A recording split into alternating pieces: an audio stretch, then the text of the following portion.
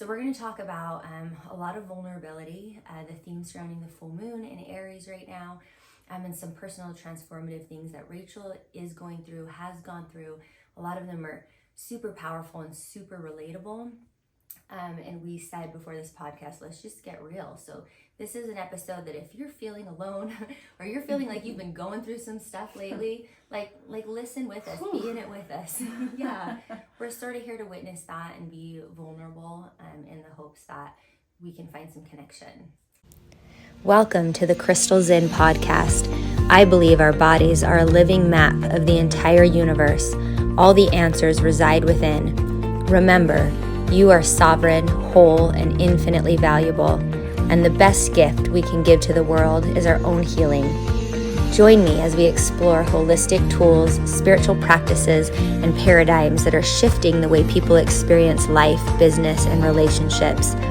I love to share education on the most recent medical research and cutting-edge technology on anatomy, neurology, trauma, development, and more to give us a foundation in understanding how to align, utilize, and upregulate our physical systems. Ultimately, this podcast is a witness and support to people on their journey of remembering, an inspiration for all of us to keep going, and a reminder that we are not alone. Welcome back to the Crystal Zinn podcast. This is going to officially be the first episode of season 3. And so I'm super grateful for Rachel being here for that. Welcome. Hi. Hi. Welcome back. Thank you. So I have Rachel Jones on today. And these seasons have kind of been made up of themes or like organic beginnings or endings instead of calendar years. And it just feels like, yes. The full moon's coming, so. Another new beginning. That's the first thing we do is tune in. So if you're in a place where it's safe to do so, take a minute for yourself today. Close your eyes, exhale that long breath. Maybe again, maybe a third time. Be sure to feel the physical body. Follow that exhale. Find the tension and let it go.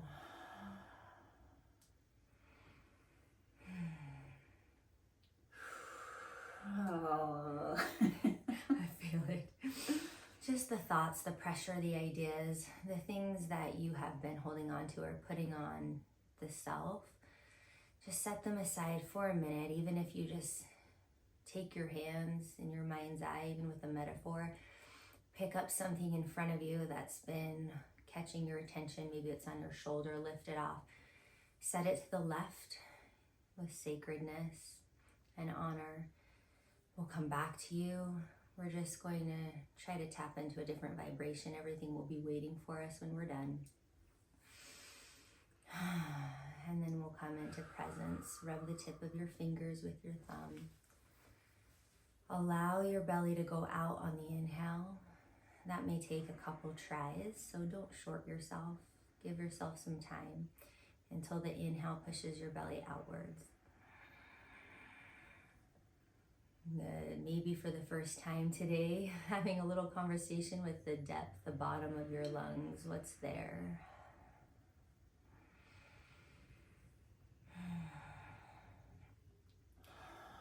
And if you've discovered something in yourself or you need something or this is the space for you, you're welcome to pause the podcast and sit with that. Do any of your practices you need to.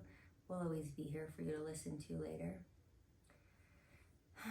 But if you're ready, we'll consider coming back out with an inhale up the spine. And exhale down the spine. Once again, relaxing the face, opening the crown chakra, letting any messages or energies channel through you today. How can I be of use? What do I need to know right now? Be with me. So it is. And so it is. Yay! I love having you here. This is how our retreat is gonna feel. I can feel that just back and forth and back and forth. Yeah. And If you guys didn't know, we're going to hold space for a couple people at an equine therapy / yoga retreat at the beginning of November. So if you're listening to this before November 1st, it's worth reaching out and seeing if we filled it or not. It's going to be super fun. So what are you feeling on your heart to explore right now? There's so many things. Pick one. Like I don't even think I slept last night. I just was up all night, just like all of these like messages were just like literally coming through me, and I was just like speaking it into my phone. I've never done that before, and it was just like wild. Wow.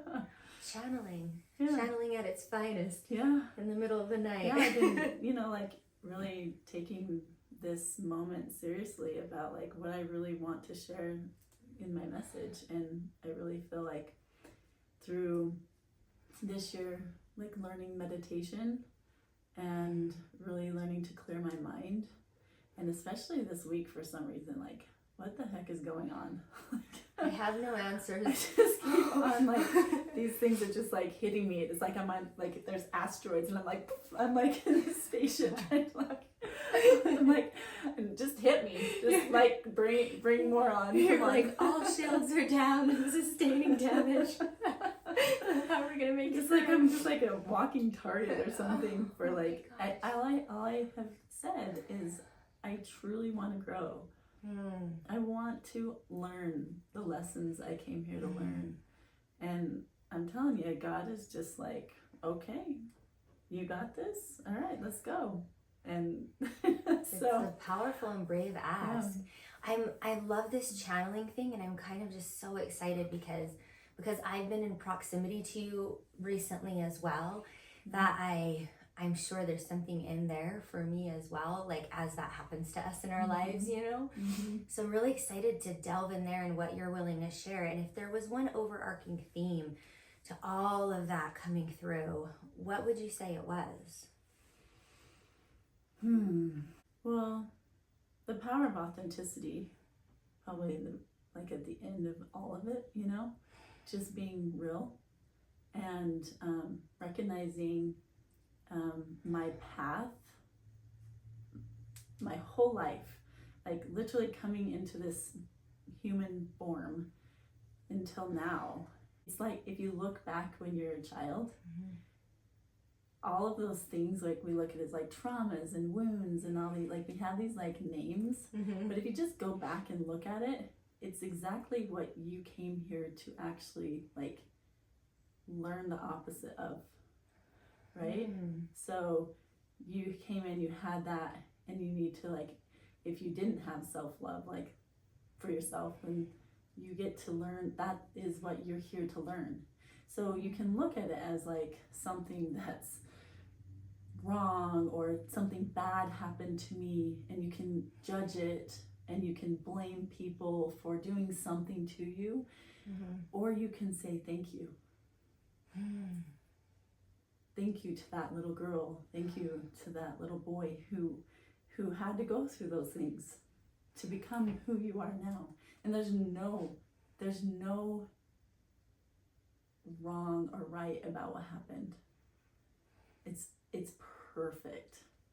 And everything that you've done unconsciously until you became conscious of the issue, right? And then when you become conscious of the issue, this happened to me, and now it's like you're forced to literally become your authentic self, and your higher spirit, your higher self is literally guiding. It's an orchestra of your life, and unless you want to have the lessons to learn, like if you don't want to, then you can just keep the anger, you can keep all of those things, and you can hold it inside, and you'll probably come out with a physical ailment or something that's going to actually hurt you.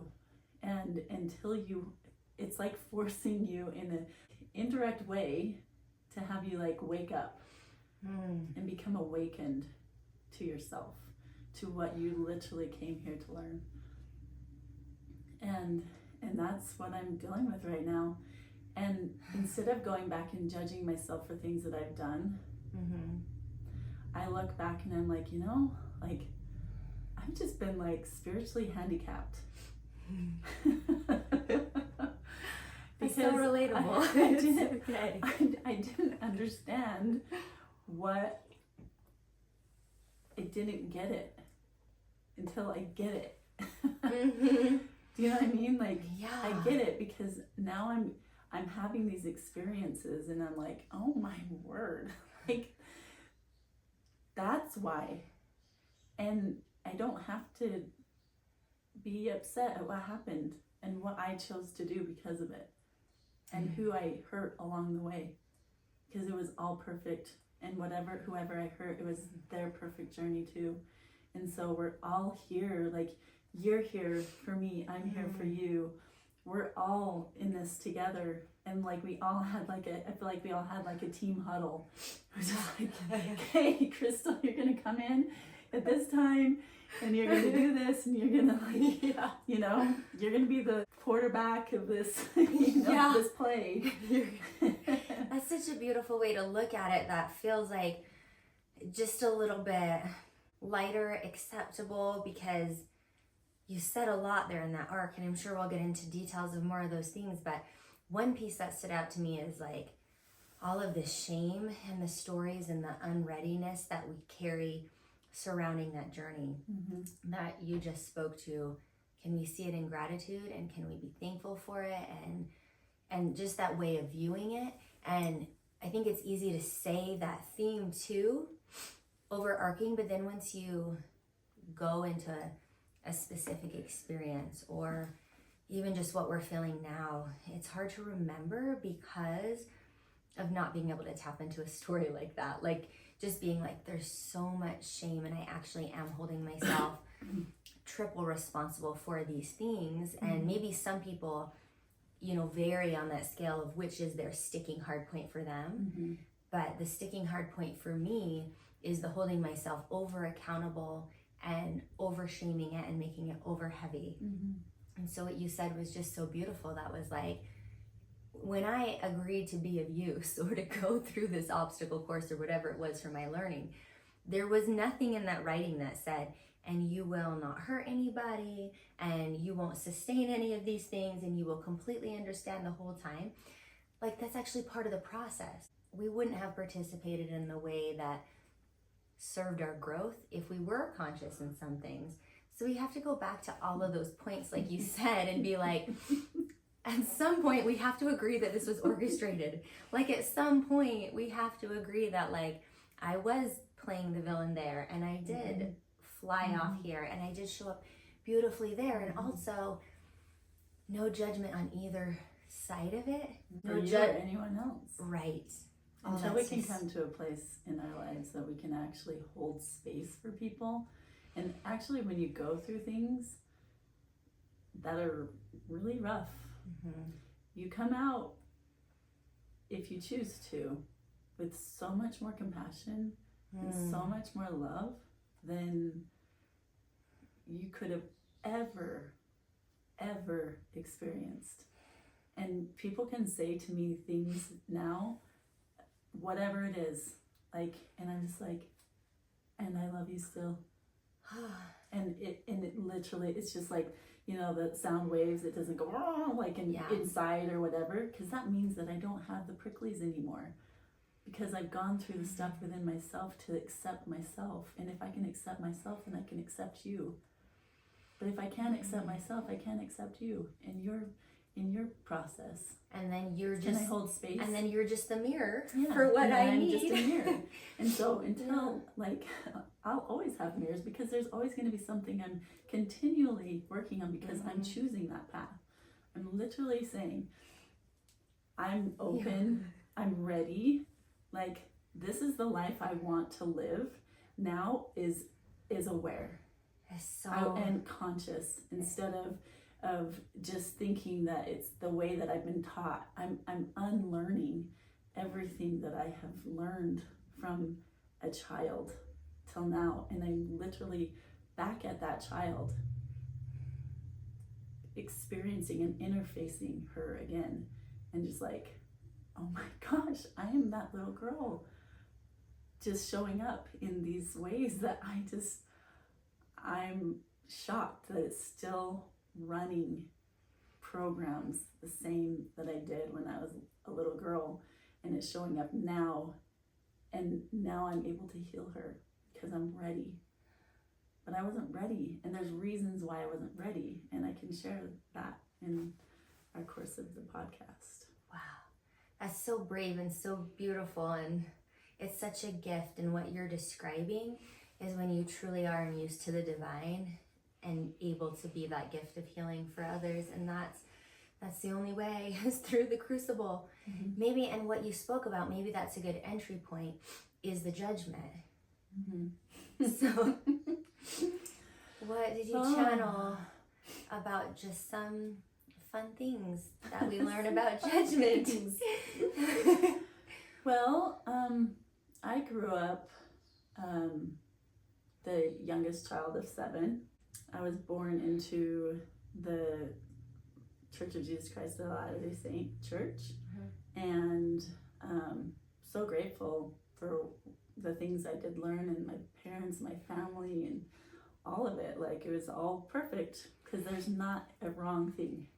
Yeah. I chose to be in that.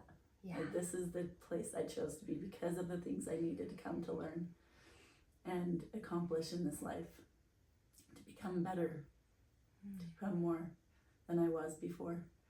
And so I chose to be the youngest child, and I came into a situation where there was some issues going on in my family.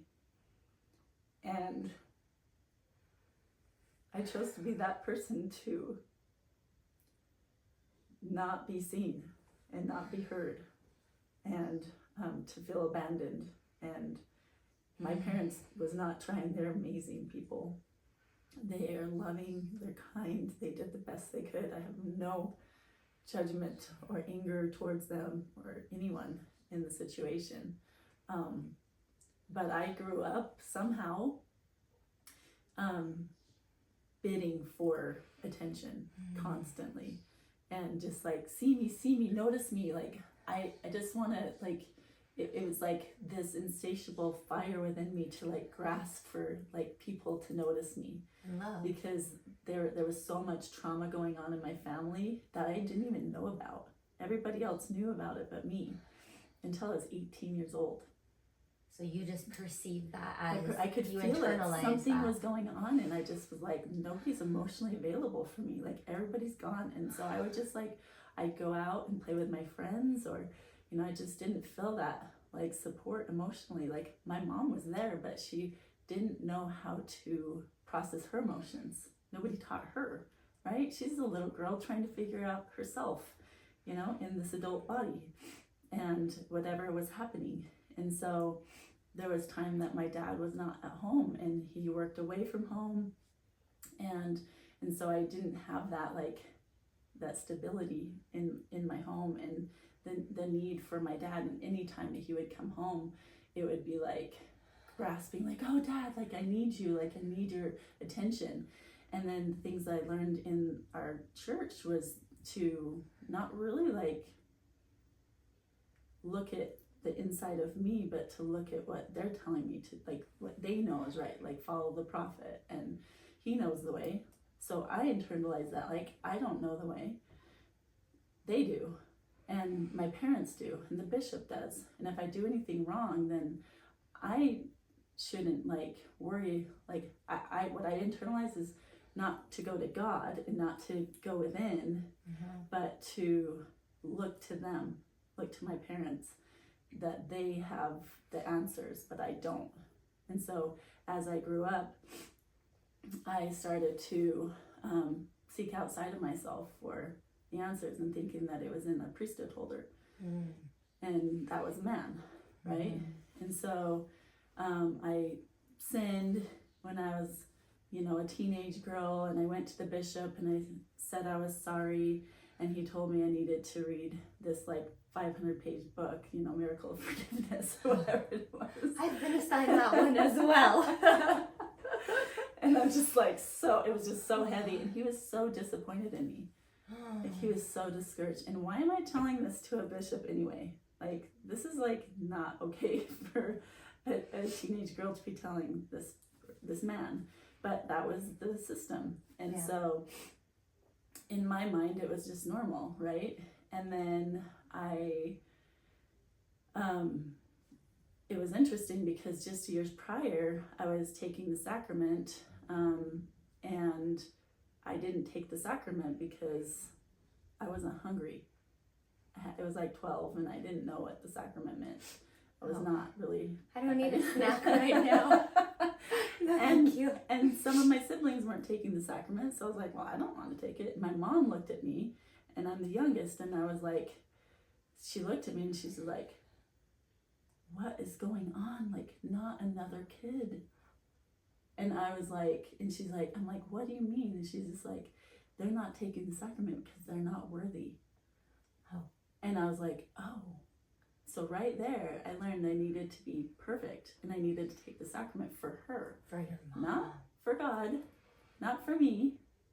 And the bishop, a couple of years after, is saying, you can't take the sacrament for 3 months. And then I have this internal conflict going on. Well, I have to take the sacrament because my mom, she's going to be disappointed. I need to be her perfect girl. Mm-hmm. She's not expecting this of me, by the way. Yeah. My mom is the sweetest person on the planet. She's so loving. Yeah. This is my own interpretation. Yeah. And so I was in internal conflict. And so I was looking up the bishop, like, I can't take it for him. And I have to take it for her. So what am I going to do? Okay, like, inside, I'm like, I gotta, like, hide it. Like, okay, I'm going to be late today. And I'm just, like, inside, internally, just, like, a mess. Wow. Thank you for just being so vulnerable and real, because it's freeing things up in me, and hopefully some of our listeners that are like, me too, right? Like, someone's talking about it. Thank you. And I'm hearing some themes pervade from your younger childhood, which is, there's not enough for me. People don't have time for me. Like, I'm alone. Some of these messages that it sounds like are coming up is, I'm alone. Not only am I alone, but maybe I'm responsible for other people's feelings and behavior, and themes about other people will tell me what to do. So it's not that I'm alone and I'm learning about myself. It's that I'm alone and I'm lost. And where do I look? Yeah. And it's these other things outside of myself. And so I'm carrying a burden. These themes, they feel familiar and they feel so relatable, which is, I can't trust myself. Yeah, I totally didn't. I'm responsible for other people. I have to be... I don't have the answers. Yes, and I have to be this certain image or rhetoric to save other people. That's my purpose. That's who I am. And then anytime I'm struggling, the answers are outside of me, and I have to look to somebody else to authority. To assign me something or some methodology, or tell me I'm okay, or I'm saved, or where I can find my peace. And then all of that doesn't actually satiate, right, our inner need for authenticity. And so we're perpetuating all these things and feeling more lost. So in come the judgment, in come the behaviors, right? In come all of our compensatory things, like our excessive needs, our excessive behaviors.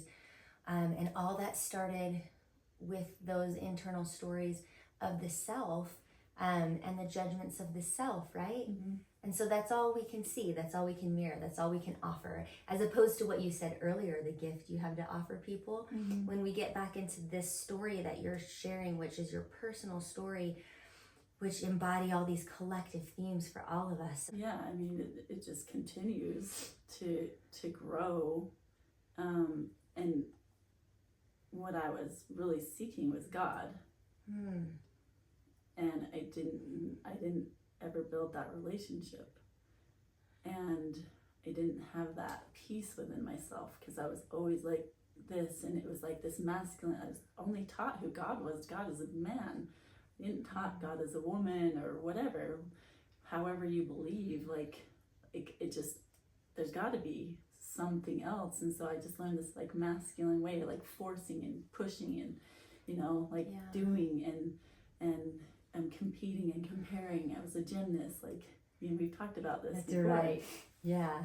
And, you know, like, I'm literally being judged, like, your leg was bent, you get a 8.7, and you're standing on the third pedestal, and there's people above you, you're being compared to other girls, you know, at a young age. It is really hard on you, and it becomes who you are. It becomes who you are, that it's just this natural thing that you're just like in this judgment about yourself. Well, and it doesn't help that in the other areas of your life, they're mirroring that same rhetoric. You are, that is what you're getting in the spiritual side, the familiar side, the all of the competitiveness for the love and the self authenticity. So, okay, so I'm curious to how you think that relates to judgment. Well, I was judging myself because it was just like, oh, I can't do this. Like, I just, like, literally, like, everywhere I went, like, I was always there. It was just like judging, doing something wrong. I've got to, like, look to somebody else, but I wasn't really conscious of everything that I was doing. Well, even the things that I was doing, like, I didn't know, like, I would have to hide that was necessarily wrong. You know, I didn't understand the hiding part of not taking the sacrament was the, you know, the thing that I would continue to do in my life. Like the shame part and the hiding. So then that caused these are the things that cause patterns in our life that then we move forward with that identity set in, and then we perpetuate that in the world, don't we?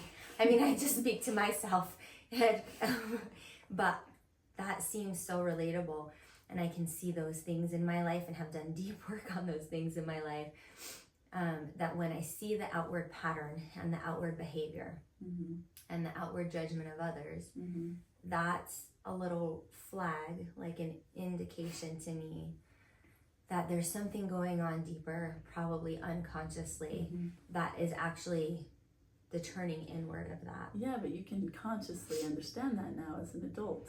But as a child and a young adult, you don't understand things like that. I didn't know. Nobody else was showing me that in my life. And it was like all those things happened, and I started to look outside myself, boys, men, all those things, because that was like fulfilling me, because that's what I thought I got my value from at a young age. Is they're telling me what is right, and so I was getting my value from what they were telling me. From men approving of you and men liking you, and then acting in a way that they like you. And pleasing and all that. And then never really like getting to know her. And being that feminine woman, I always had to fight for what I needed, and was masculine and strong, and it was like cool for me to be strong and tough. Like I was like one of the tough girls in high school and athletes, and you know, like I had to show up like, yeah, I'm so badass, you know, just look at me and and then after I graduated from high school, I'm like, how do I be like a girl? What is a girl? What does it look like? Should I like curl my hair? It's so funny and difficult. Not funny, but like it's hard for me to picture too, because you are I worked really hard on it. Come into so much of what do you like, and owning that and all of it in a balanced way, strong and feminine, and all of those things. But thank you for iterating that journey through it, that it wasn't always that. And like you said, it's always perfect. It was almost in the wounding of that helped you grow through and really reclaim and see the value in the balance of the feminine. Yeah, but I didn't know that yet either. Right. Like it was just like, I kind of like want to be attractive to boys, you know, eventually. And then all that kind of happened with I was telling you, like I found out when I was 18, some things in my family, and it was just like that, I literally was like that perfect little world that I built was like completely demolished. And as much as like I'm grateful I didn't know, like my spirit knew, you know, like my internal self knew, but I wasn't tapped into her. I didn't know how to tap into my truth at that time. But then I just instantly like got attached. Like I went into marriage really quick after that. I started dating my So it was like you know, more my husband. wounding. Yeah. Oh my gosh. So then it was just like, it went right to there for safety, because I found safety in men. And not that like my husband back then was like, he's amazing. He's an amazing man. Yeah. Like, we meet our mirrors. We meet ourselves of what we need, who we need to, like, who's gonna like be our match to help us to grow in this life. Like, that's what relationships are. We're all here to help each other. And some of them are really hard. Yeah. And some of them are really beautiful.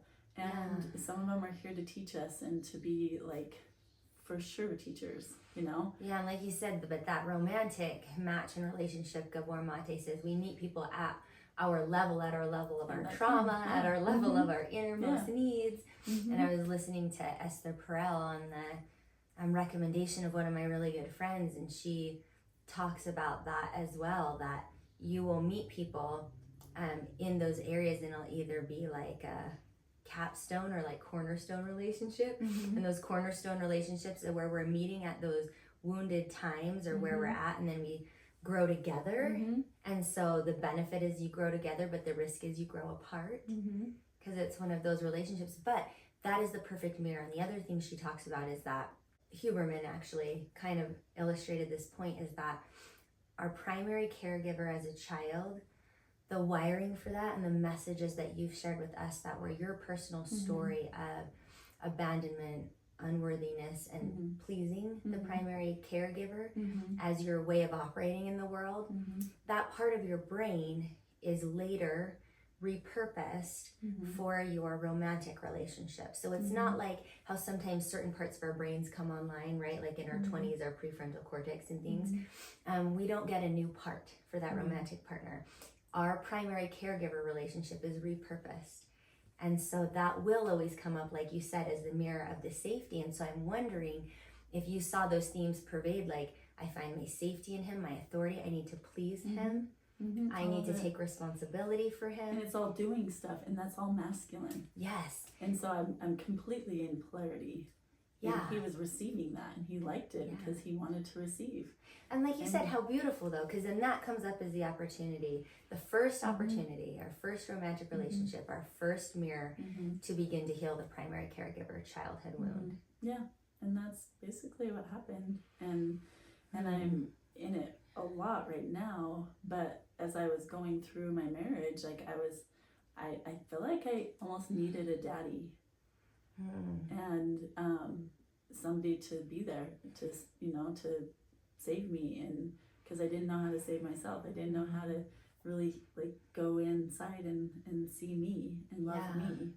And so I was asking and I was begging for it, and it was like so much that like my husband had to just be like, oh, it's just like you're just too smothering. And so I learned even from a young age that I'm too much. I'm a lot.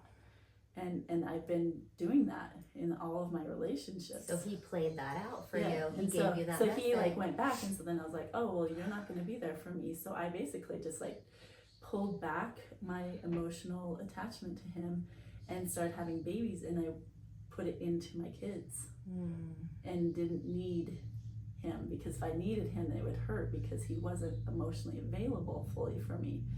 Even though he was there physically, he was there. I mean, he's a good person, and he had like he's a beautiful love too, you know. But I was seeking for something unhealthy, and he couldn't give that to me because I was not in the right place. And so as soon as my kids grew up, then it was like, oh, they're not available for me, so then I'm going to put it into my business, and I'm going to like create relationships that are, you know, unhealthy, and where they need me because I need to be needed, because I need to be seen, and I need to, you know, do all that. So that was where I went there. And then as soon as like it started to not feel right, and I started to feel like my life is like imploding, and I'm not proud of it. I'm not going to say I'm proud of it, but who I am becoming now after math, I'm so grateful for it. And it was all meant to be. And as much as like we want to be like, you did that and you're this and can't believe you hurt this person and blah blah blah, go ahead. Here I am. And I stand because I'm so grateful for finding out who that little girl is and what she needed. Yeah. And all the people that were along the way are learning too. And that's what we're here for. And as much as like we can't judge people for where they're at, we don't know what they have been through in their life. So we get to hold them. You just get to love. And if you can't love, then you need to turn it back on yourself and learn to love yourself. Because I went through some really hard stuff, you know? Like the church did not approve of me. I got excommunicated. And I had this whole existential crisis. Yeah, existential crisis, deconstruction. Yeah. And I just really like had a moment of like, what do I do? Who am I? How do I feel about this? Like, this is my life. Like, and one of the biggest things was like, you don't know my heart. Like, they didn't see my heart, and it hurt. Because I'm like, you don't know who I am. I'm not trying to hurt people. I wasn't trying to. It's something that found me because of that like energetic like match that happens when we have those wounds that show up, and they're the perfect person to come up and show us all of our and crap. Quite honestly, it is the way through. We'll continue to repeat and show up in a pattern in your personal experience of that pattern and other people's core wounds and beliefs of the pattern for them until you're ready to awaken to it. But not because, like you said, we could have avoided it and it wasn't the way, but because it is the mirror. And when you go to it and through it, it is what we've orchestrated as the way. And we've been hurt and we've hurt other people. And that is the experience that brings us to our knees and to awakening and to grace on the other side. And what's coming out of your mouth today, you would maybe have never said even a few years ago what you said. You know, here I am, take me and I will hold space for you and I love you and it's beautiful and I know who I am. And to be that force for healing for others, you had to go through what it felt like to be the hurt as well, and see all of those things and hold yourself in compassion, and it is so freeing. It is the truth, and it's so inspiring, and nobody wants to go through those things. But I didn't love myself though. Like, that's the thing. I still continually judged myself. I was not finding myself through that, and I was in shame and so like. I was lost. I was in the most excruciating pain. The things I experienced. I would never want anybody to go through that. But I know why I did. Like, I had to go through that so I can understand what it is to love myself through something. And that power can also reflect onto other people. And at that moment, like a year later, like I had my bishop call me and say, hey, like, I believe that you're ready to receive your membership back, your blessings back. Oh wow. And I thought about it and I said, thank you, but no thank you. This time in my life, I need to do this on my own. I need to know who God is without anybody telling me what God is. I need to have this understanding within myself, and I didn't understand why or how I was going to do it. I just had this sense of like knowing that I was just like, I have to do this without any sort of like, this is what Jesus said, and this is what God looks like, and this is what happened, and he's your savior, and because of this, and he died on the cross, and blah, blah, blah, and this scripture says this, and I'm like, fuck all of it. Like, I need to just literally, like, blank slate, and just be like, who is God? Who is Rachel? What is this world? Why am I having this experience? Who am I? Like I had to go back and just like literally come from my own and like, what books do I want to read? What do I want to believe? Like unlearning everything, just like completely starting from scratch. The unbecoming. The unbecoming. And then literally I think a year later or something, I went and baptized myself in a river because I was told just, me that, and I was like Thecla. yeah. I always put the power into other people's hands. And I knew if I continued to go back, like I have nothing bad to say about the church. I'm not judging. If people choose to stay in, it's their perfect path. I love that you're there.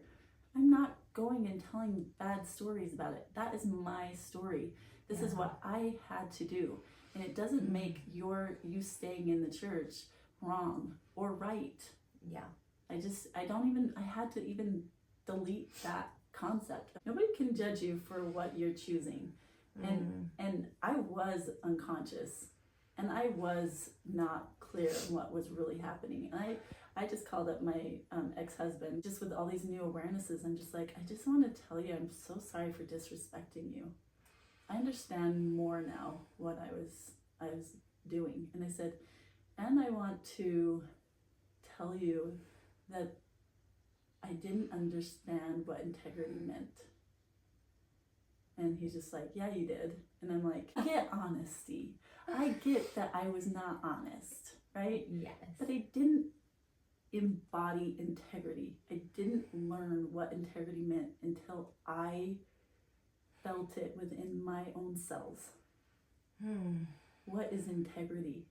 It's me feeling true, that I am authentic to myself, that I choose to have every relationship to be transparent because I want to, not because the man up in the sky says to, not because of the bishop, not because my mom, not because of other people. I had to learn that through this story and my story. And and the gnosis of it, because you know what it feels like, so you're consciously choosing. Yeah, and now I'm like, oh, I would never, ever in a million years now choose that type of life because I know what's true inside. And it might be different than somebody else's truth, but I learned that through life experience. And would I give that back? No, I wouldn't give it back. Do I ever want to go through that again? Hell no. Oh my gosh, that was really hard. It was hard, but I'm coming out of it, and I continue to still see these little patterns of like my little girl coming up and needing to be needed and like pushing and that too much. I kind of want to know about dating life, you know. Yeah, I kind of want to know about that and the new judgments. But what is true about what you're saying and what is so powerful for everyone is whatever it is for you, whatever it is for them, it's so important. However they've orchestrated to get their gnosis. Like you said, maybe it won't be blowing up their life, but they will have the opportunity. We will all have the opportunity to learn that. And I've been on both sides of it. I have been through a divorce and been through hell and back and the judgment and all of that specificity for me and what I needed to learn through that. And the judgment and needing to find a certain level of my authenticity and how I needed to move through it in the face of so much judgment and so much publicity. And I'm been on the other side of it as well, where I'm actually in my marriage right now, in a committed marriage right now. And there has been some judgment surrounding that choice as well. So it doesn't matter what your choice is, there's going to be judgment. And I have had to once again come to what you are talking about, which is such a beautiful reminder and so inspiring that whatever it is, that gnosis of integrity is going to continue to be challenged, that we can continue to find the depths of it. And that is what it's for. And when we can... The chisel, you know, the man being chiseled. Would you be willing to share? I'm willing to share some. You know some of mine right now. What are some of the judgments that have just been a stark mirror for you right now? Share. So the ones I shared with Rachel, just to bring it a little lighter, that I've been going through. And if you're watching this podcast on video, you might notice that some of my facial features look different. My lips look a little bigger. This is nothing compared to what they looked like 4 days ago. Oh, what did you do? But yes, and maybe this isn't some of the judgment that I want to say, like I didn't get any work done, but that's not the point. The point was I have been asked like several times every day for the last 4 days, did you get work done on your face and blah, blah, blah, blah, because I've been going through unrest, some really difficult things, as I'm sure a lot of you are, not sleeping, and I sometimes get cold sores, right? Sun blisters when I go through that. I did when I was pregnant, and I thought that's what was happening, but I got an infection on my face, which I believe the body is the ultimate messenger and like final actual like show of what we're sort of ignoring or repressing, right? It's just a really good feedback for what's going on with me and how am I taking care of myself. And so I like absolutely knew exactly what the dip in my health and all of these things were about, because I've been going through specific themes surrounding authenticity and truth and expression and things like that. So it's no coincidence that Rachel showed up channeling all these things about authenticity and sharing them with me this morning. But what came up, you know, and a lot of that was my judgment about people doing these things that I was being accused of, turning that around again to realizing it was me judging myself, and that's why I'm judging other people. And so I realized, yeah, it was just like the never-ending mirrors. And so I was realizing, do I have judgments surrounding people who modify themselves to look beautiful? Mm-hmm. I would have said to you, absolutely not. Mm-hmm. In fact, most of my friends do that. In fact, I do some of that, and therein lies the deeper mirror for me, and something that I think the moon in Aries and just I'm ready to look at in my life is I have a similar wound to you for the pleasing and for getting my value by other people enjoying my personality, my hard work, my perfection, and so drawing my value from. So you're going to continue to have experiences like that right. that show up to have you continue to be able to watch myself perform for other people, be able to watch myself try to get value from other people, be able to watch myself make myself look beautiful. Thanks. And that's also the curse, is like we develop in excess these talents, and so they're really hard to deconstruct. So I had to go inside and say, where have I been making myself beautiful for other people and not myself? And then where have I been judging myself for doing those things? And basically self-abandoning is a big thing for me, where it's not for my enjoyment, but not only my looks, but this is about my behavior, how I present myself, how I present the truth about my belief systems. Maybe I don't tell the full truth everywhere I go, and this is what this is all about for me, is I hedge a little bit, I hide parts of myself so that I can appear acceptable and get other people's love, and don't tell my full truth. So the one judgment was about the appearance. What was the other judgment I told you? The mask. Oh, the mask. So I was wearing a mask when it was really bad before the antibiotics kicked in. And I all of a sudden realized that I was terrified of what people would think about me. And I realized, although I thought I was not in judgment, I was in deep judgment still about the COVID mask rhetoric, and was terrified that people would think things about me because I was wearing a mask. And that came back up for me because I was ready to deal with that again. And so I was just like, wherever I went, whatever I was doing, whatever I was getting, like it's here on my face, like I can't ignore it, right? So it's just such a funny, simple way. It doesn't have to be earth-shattering either. And thank goodness the universe and the divine gives us a lot of gentle lessons as well. Like I would consider this a relatively gentle lesson, even though I look like a leper. No, even though my face got eaten off to learn this lesson. Relatively to like, I've been through a divorce and things. Sometimes we can just choose into these gentle mirrors and choose to turn these judgments around. A big plug for like Byron Katie's work, right? And the existential kink work. Once you've grieved, once you've seen yourself, once you've gone through the shadow work, tapping into some of this mirror and judgment work like is the body like keeps the sword too. Yeah, I still want to look that up. I'm sure there's layers I will continue learning, but what are the judgments coming up for you right now? Being too much, because that's what I'm still trying to interface. And I keep on seeing it in people that I date now, that like I'm just too much for them, right?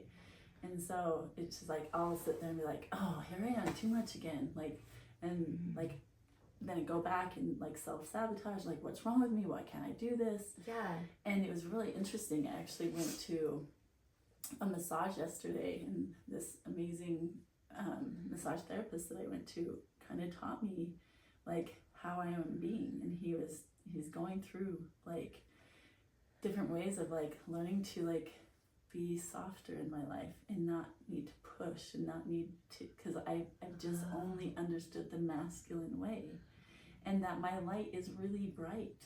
I am bright and I am a lot, but there are people who can hold that, but I need to learn how to hold it first. Yeah. I have to learn to hold myself, and until I learn to feel and soften within myself and not like have my mind going a million miles an hour, and learning to be in that space of like trust and peace and that like knowing and being, instead of like force and getting what I want and doing, like that's all the masculine side. And so he was trying to teach me this. It was so beautiful. I'm so grateful for him. And then he just like had me just like touch my chest and just like feel into me and allow my body to move and create pleasure, because that's the kind of touch I want from a partner, right? But I can't have that until I know how to do that for myself. Yeah. And then I'm gonna just have people who are just going to take because I'm giving. Yeah. Because I'm giving. That's just what came to mind when you were describing that. I was like, the receiving. You're learning how to receive for yourself, so that you can receive from others. And then just know that I'm everything. Like, I don't need to change for somebody else. I don't need to be something for somebody else. I just am me, and I am a lot. And I know, because I can handle me, and yes. I'm starting to trust myself, and I'm starting to like get myself more, and I'm starting to like respect myself and not try to seek, like even on social media, like not trying to seek for attention and things. So I'm learning to pull back and not try to need attention from other people. And because it's just so innate in me, I don't even consciously know I'm doing it. Wow. Because I'm just so fast. I have so much energy. Like I can literally fill up a room of like light if I wanted to, just because I'm just like, I'm just so fast. That's not it. I'm not trying to be cocky or anything. It's just who I am. And it's okay. I'm a triple fire Sagittarius. And if you can hold Leo, space for Aries, that, then people will show up who can hold space for that. So, and then in relationships, one of my friends told me that like it's really hard being your friend, because you're just a lot. You're a lot. And you get attention, or you don't dominate a conversation. And instead of me being like, oh, da-da-da, or angry, I just was like, thank you for telling me, because nobody tells me that. Like, I needed to hear that. And I wanted to hear that, because I want to grow. I want to be the best me that I can. Yeah. And so I'm going to say, I'm really sorry that like I overshadowed you. And I honestly, and she's like, I'm telling you this because I know you're not doing it on purpose. I'm just telling you this because I love you. And I'm like, thank you for sharing that with me, because now I can see it more. And can you hold compassion for that instead of shame and blame and judgment? Yeah. And I did. Yeah. And wow. I had compassion, and I'm just like, wow, like, thank you for being brave enough to say that to me. Like not a lot of people can, say that. They just will leave. They'll just not be my friend. They'll like talk bad, or they'll talk bad about me behind my back. And she still wants to be your friend. And she still wants to be my friend. See, that is so beautiful and rare, because like you said, I feel like most people can't hold that, and someone bringing it to you and also saying, and whatever you do with this, I'm still here. I think will help show the compassion. That's the hardest thing. I'm in that too, where I've been working with one of my shaman who says, and I think I related this to you, people like us sometimes take triple responsibility. There are people who take even, there are people who take none, right? But when you take over responsibility too, it's hard to tap into that compassionate spot. She had her side, and she did acknowledge it, and I did also point that out as well. Yeah. Like, you choose to feel invisible, so you're manifesting me in your life, so you can, so like we're literally mirrors for each other. And she recognized it, so we could both kind of like say the things. I'm just in awe of that beautiful, compassionate, like, conversation and humility, right? Like an accountability of both parts. And then compassion for both parts. Yeah. And then saying, because that is the hardest thing for me too, is to see the error, to see the things. And then when you try to fix it or compensate or deny or any of the excessive behavior surrounding it, causes more of the chaos, right? Causes more of the behavior. So what you just illustrated for us was so beautiful, because I wish that for everyone. I wish for everyone to say that. Either they have someone compassionate in their lives to do it, or they don't. They just look to their judgment and they just say, oh, what am I judging? Well, I'm judging that person because she's too emotional. Okay, so let's take that. I think I'm too emotional. Sit with that, and for themselves say, I am that, and I love that, and I reclaim that, and I see that. That's actually a really beautiful part of who I am. But I can learn to like see other people and allow them to shine. But you can't do that until you cannot grow and learn and change and morph and evolve until you've first done the inner child work, is what you're describing. Because I know I can't. Yeah. And those places where I can't say I forgive myself, I love myself, I can't grow. And I can't get better. You would sit there and judge yourself for it. Like, oh my gosh, like I'm like I didn't. I just literally stopped me, and I was like, oh, I see it now. I couldn't see it before. Maybe people have told me that before, or left relationships, but I was not consciously there to hear it. Yeah. And I'm now finally consciously. There's going to be stuff more that I'm not going to hear because I'm not ready. But when I'm ready, I'm ready. And sometimes, honestly, like, I don't know if you talk about this on your podcast, but plant medicine helps you to actually let go of the ego. I absolutely do. And I was going to say, what are some ways that help you be ready? I was going to say, what are some ways that help you take it and view it with compassion instead of, because some people have a disorder that they're trying to actually get in the actual book right now, and it's not, but it's a rejection sensitivity. So what are some things that help you accept that without rejecting it? And then what are some things that help you see that? And I'm glad you mentioned plant medicine. So I had an experience recently with someone, and I asked the person to tell me, like, can you, because I'm literally a sponge right now. I'm just like, I want to be better. Will you show me as we go into this? Will you please, like, be open? Because I know that when I go into that journey space, like, you can see on the heart and you can speak to people, and you just somehow don't get as offended.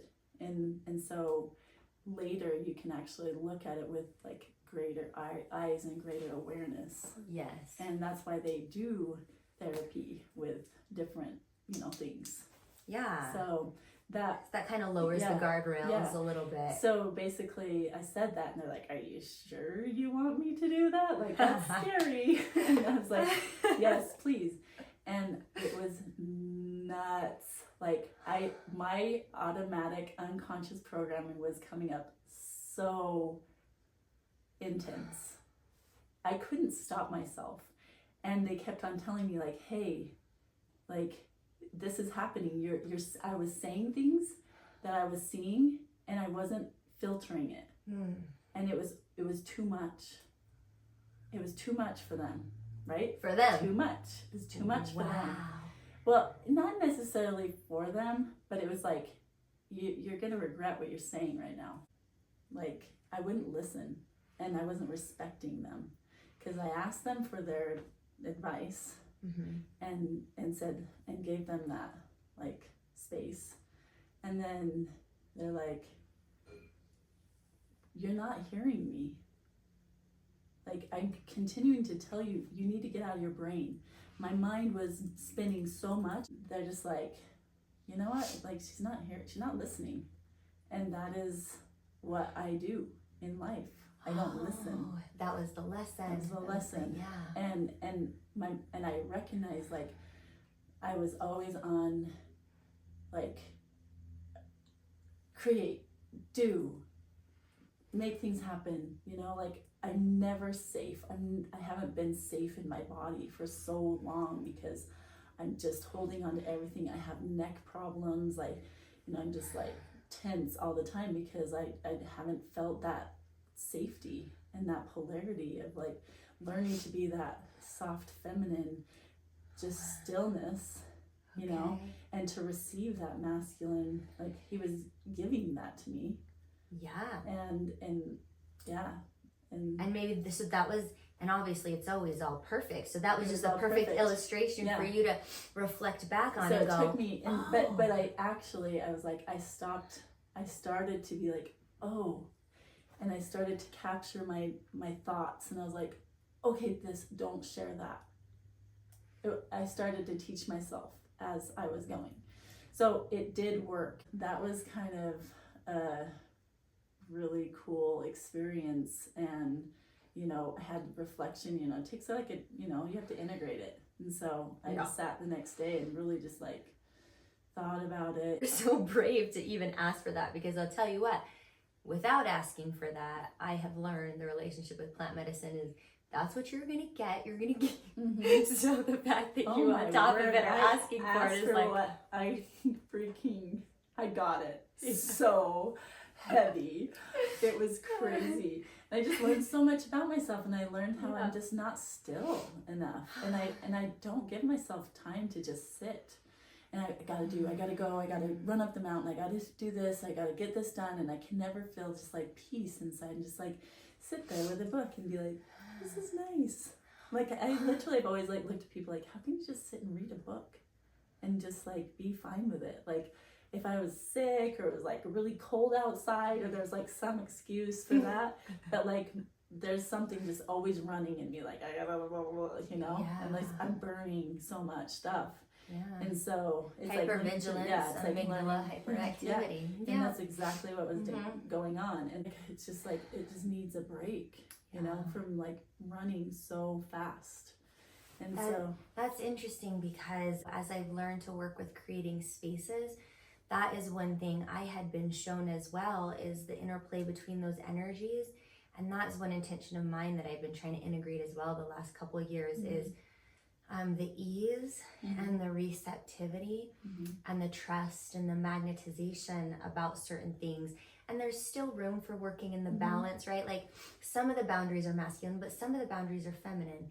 And so learning the difference between the safety that you can create within yourself. I've been in a couple very scary situations from my perspective, things that were just really triggering for me in the last couple years. And I had a therapist say to me, where does your safety come from?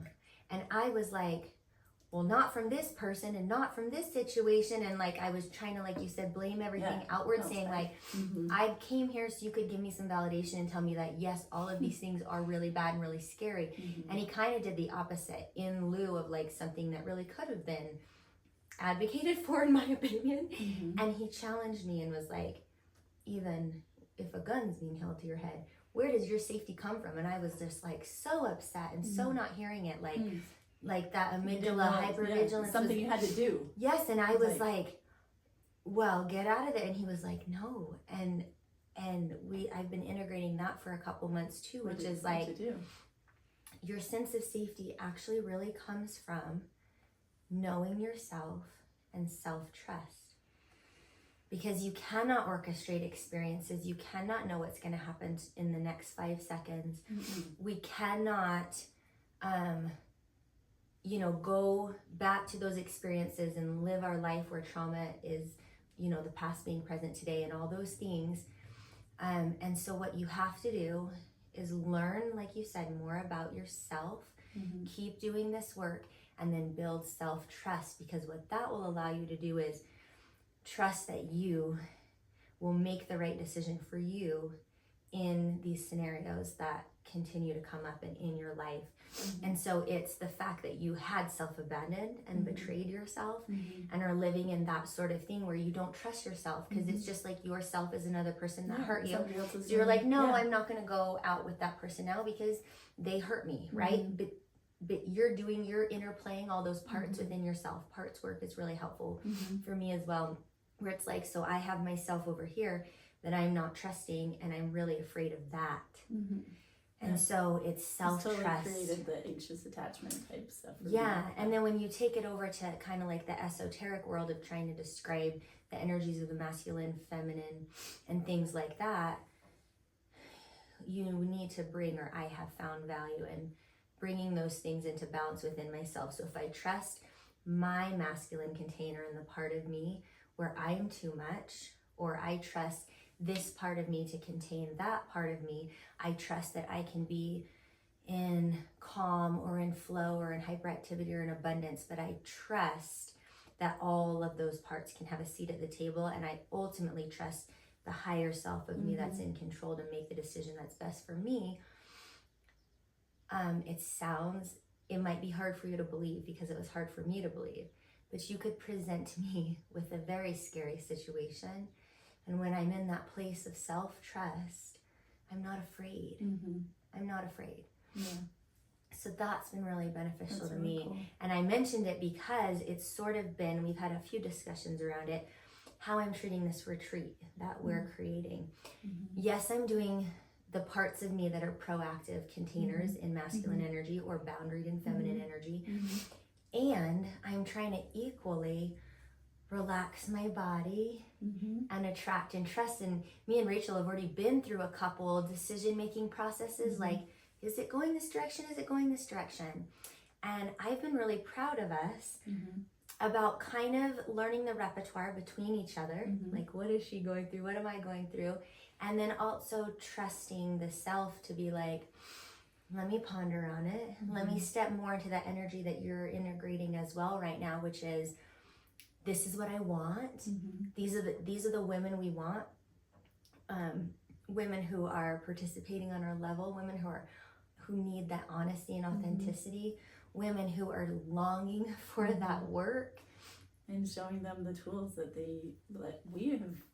has helped us. Yes. To help them go through that, because we're not doing this retreat to just go and have fun. Like, of course we want to have fun, but we literally want to help women create change in their life so they can start to love themselves and see themselves as this like amazing, divine human soul that has so much value, and that she can go back to her family, and she can start to have different patterns and have different experiences. So then she will then ripple the effect. There's that song Ripples by the Grateful Dead, and it talks about how, when we're living life, we're like walking alone sometimes. It like, no matter what, like you're trying to like, I may be like preaching to the choir and hearing this, I've heard things like that or whatever, like,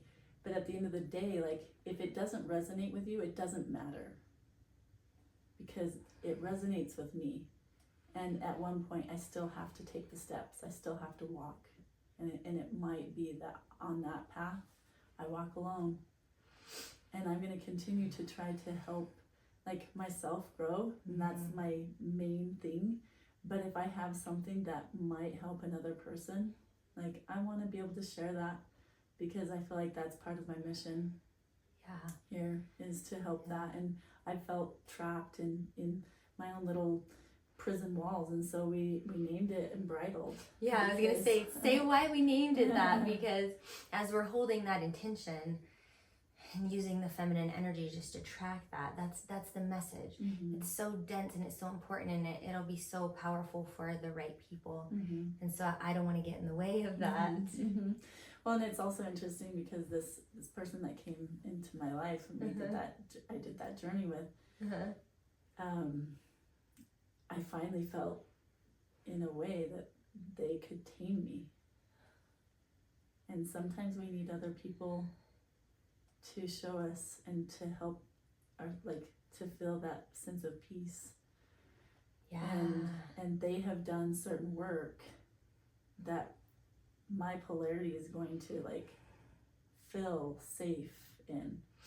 Yeah. And I felt safe, and I felt seen, and I felt heard, and I felt relaxed and peaceful. Like that doesn't happen very often. Co-regulation, because we don't just sustain trauma with others, but we have to co-regulate and heal with others. I'm glad you said that, because that's a big part of what we'll be doing with the horses. Yeah, so every the horses day. is what is going to help us to like feel that peace. When I went and rode your horse, and I just like connected in, and like the horse was feeling nervous, and we gave her some essential oils, and it helped her feel calm, and it was really awesome. And then she's just like feeling relaxed, and like we just felt like more at peace too, because she could feel our, like, the horses are very intelligent beings in their feelings, you know, they've got their emotions down, you know, and so they can pick up on ours. Yeah, and they're a good mirror, and they're a good way to practice learning that in both directions. We're gonna learn so much about and then that. You just end up feeling unbridled and liberated. That's what I was gonna say. So unbridled for you means liberated and freed from the judgments and the boxes and the shame that you put yourself in. That's what you have to come to.